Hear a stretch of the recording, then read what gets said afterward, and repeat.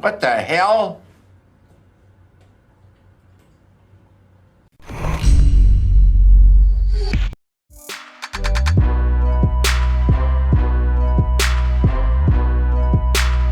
What's up guys, Sal here. So we have a hands-on video of the Galaxy S10 Plus just 7 days before the device will go official. Comes from an online retailer, MobileFun. I'll link down the original video in the description box. Do check them out. As you can see, the phone has a thick tempered glass screen protector installed with holes in it for the camera and for the in-display fingerprint scanner. The video seems to be captured when the phone was being tested with screen protectors. Honestly, this screen protectors makes the phone look bad. It also hinders with the user experience. Swiping around that area will be very uncomfortable for the thumb, I guess, and I don't understand why would anyone want to install such screen protectors. Some people are saying the hole is there for the fingerprint scanner to work. Some are claiming the ultrasonic fingerprint scanner may not work with thick screen protectors. I can't confirm right now if that is the case, but Max, who's also a credible leaker, says that you don't have to worry about installing this because the Galaxy S10 will come pre-installed with a screen protector and the fingerprint scanner will work absolutely fine with the normal ones. So yeah, you don't have to put this ugly thing and spoil the look of your phone.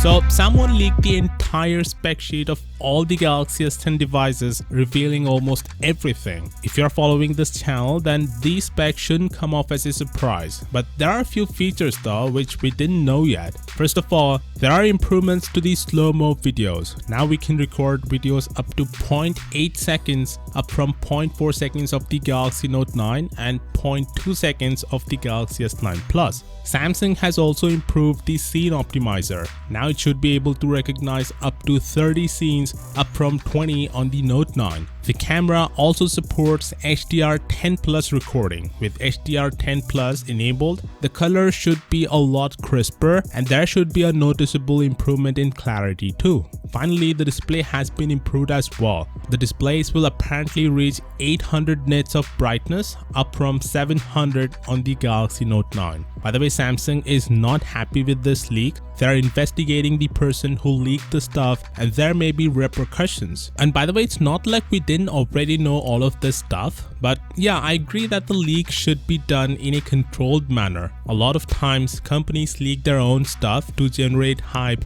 but leaking an entire spec sheet where it's giving away all of the information is not cool. I hope it doesn't affect the Unpacked event, which will take place in a week. Anyway, for all the latest updates on this, please consider subscribing, and as always, I'll see you all tomorrow. Peace out.